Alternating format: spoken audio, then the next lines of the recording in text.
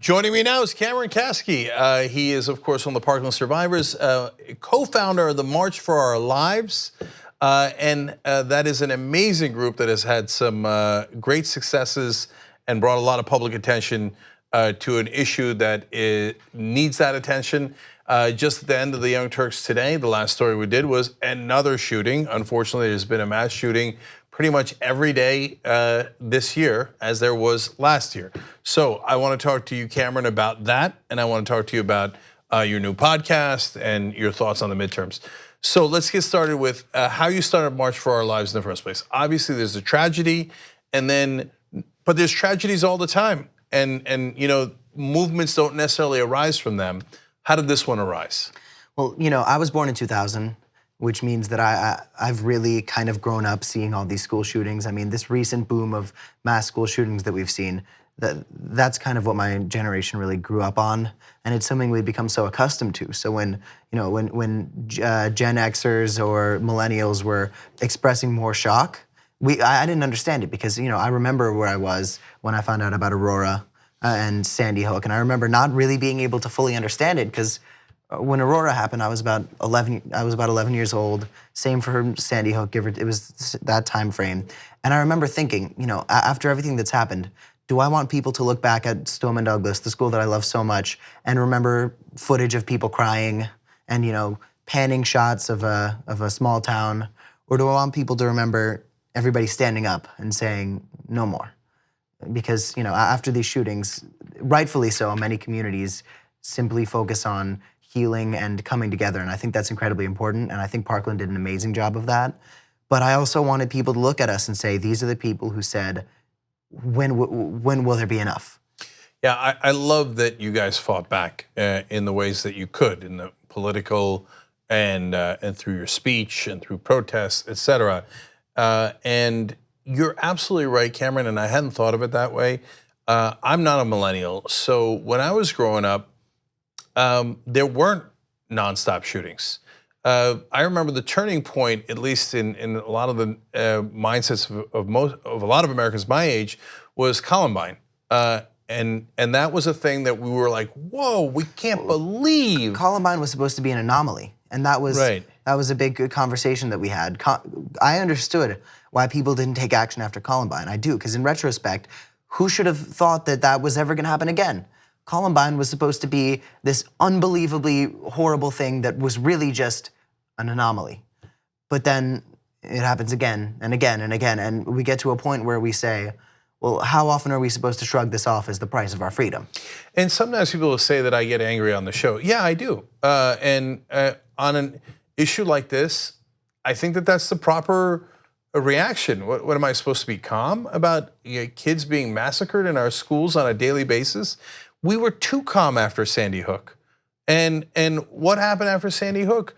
Unfortunately, now the parents are being chased all around the country by insane conspiracy theorists. Well, the action went in the wrong direction. It shows you that after such a horrible tragedy, you see the best and you see the worst of humanity.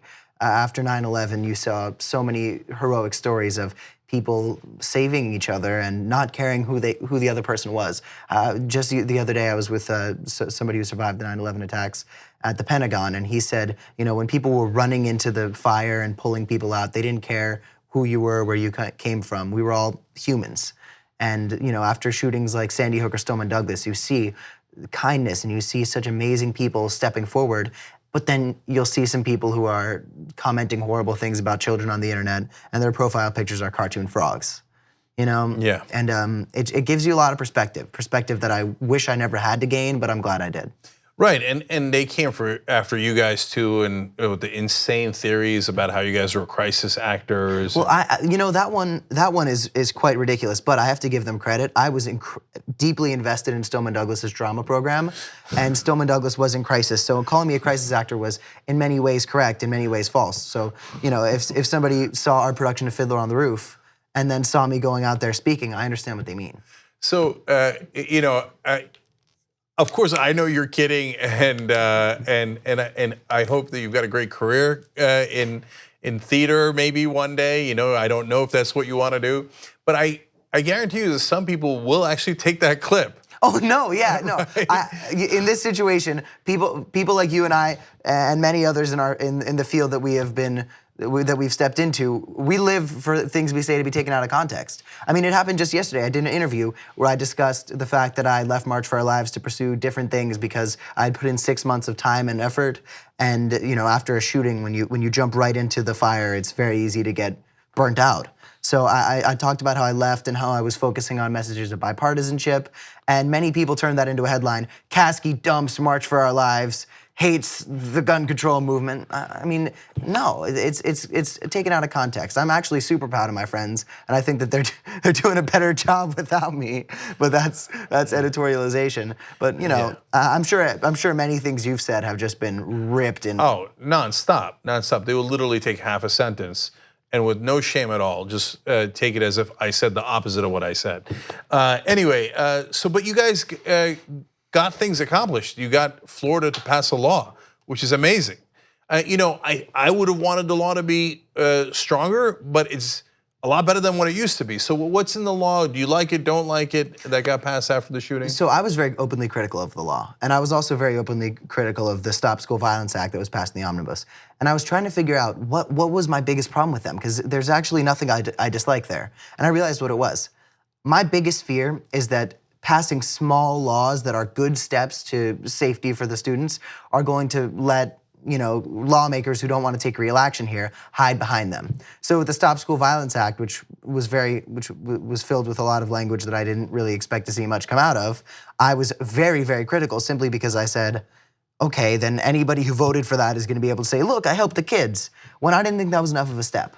But I really liked the law that was passed in Florida. I'm very openly critical of Rick Scott. I think he's a big fraud, but I also think that his ability to go out there and pass that was very impressive, especially since Florida, of course, got sued by the NRA afterwards. Because, if you pass that kind of law, you're going to get sued by the NRA. Are you familiar with Marianne Hammer? Only in passing. She's an NRA enforcer in the state of Florida.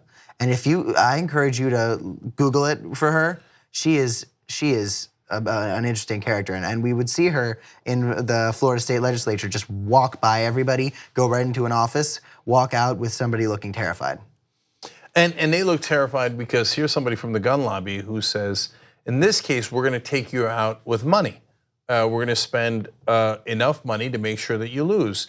They spent $50 million in the last election. I think that the NRA's reach is. Well, a lot of it's monetary. There's more things we need to focus on. You'll see that the NRA's greatest strength, in my opinion, is their ability to mobilize smaller groups of people for smaller elections. So the NRA would be able to send a text that says, to an election with maybe 5,000 people in some random state, this mayor is going to take away your gun rights. Go vote. And the NRA members, however many there are, I don't think there's actually 5 million. I mean, my friend David signed up for like 4 different memberships, so I don't think they really have 5 million people, but they're able to get people moving. And it's actually remarkable. The way they structure that is very, very effective. They really know how to mobilize people using fear. I just figured out how they're going to twist what you just said. Parkland Survivor says he's friendly with the NRA. Parkland Survivor says NRA handles their work fantastically. Yes. Right. So, look, I think I've developed a different understanding for gun owners in this country. At first, I thought that anybody who disagreed with me about guns didn't care when kids died. Look, I think 96% of people in this country really care when a school shooting happens. 4%, whatever, but I think a lot of people care, and I think that I spent so much time thinking that I was right, and I still firmly stand on my beliefs with gun control. But I used to think that if you didn't share them, you were malicious. And then I met that guy in Texas who has an AR-15 in the house to protect his family because he doesn't understand other perspectives. I met that family that really just carries their firearms to defend themselves. And while I don't agree with all these gun laws, I now get where these people are coming from, and that was it. Well, Cameron, you're actually more understanding than I am because look, I got a hobby too. It's fantasy football, but nobody dies because of it. So very few people die because of it. I'm sure there have been some rough cases with. Yes, but their hobby unfortunately has led to Americans owning 48% of all the guns in the world and more mass shootings here than any other country by an order of magnitude. But I said we were going to talk about the midterm elections, and you were just talking about how the NRA affects elections. So what's your take on the midterms? So I think the midterms this year are going to be huge. I think that the 2014 midterm should have served as a big wake-up call. They had the lowest voter turnout since, what was it, World War II. And right now, people have a lot to vote for this year. I thought it was going to be a single-issue election. I thought, but back when I was beginning this activism, I thought people were going to be voting on guns, and that was it. But after summer, all these things are coming out with different stories, immigration, Kavanaugh, all these things. And I think this midterms, this is going to be a big message about the future of our country. Yeah, all my life, people always say this upcoming election is the most important election of our lives. And my job is to give real analysis. And some of the time I go, no, not really. No, Clinton versus Dole was not the most important election of your life. No, really? Right. Whoa, Bob Dole. Nor was Obama versus Romney, if you ask me. Okay, but these midterms, this one's for real. This is, especially among midterms, probably the single most important midterm of my life. So I think you're absolutely right about that. It's a big one. I mean, I remember, for example, during the Obama-Romney election, I was talking to my parents. My parents were pretty much saying, like, I'm cool either way. That was an election where I know a lot of people in this country were saying, I understand where both of them are coming from, and I think both of them are civil servants, whether or not I agree with them. But this is a midterms it's going to be. I mean, I'm hoping that this is the highest voter turnout in the history of the United States. I don't know if it's going to be like that. I'm praying it will be. But again, it's a message to saying, well, what's 2020 going to look like? What are these next coming years going to look like? All right. So Cameron, one last thing. You started a podcast. Yes. The title is Cameron Knows Nothing. So what's it about? So, a lot of punditry right now comes from people saying, hey, listen to me, I'm the expert, come hear what I've got to say. And I actually appreciate a lot of that punditry and I enjoy it. But I think that one thing we're not seeing a lot of is people who are admittedly saying, I don't know very much about these things, come learn with me. I was very often propped up as an expert on things like gun control and other topics when I'm not the expert on very much at all.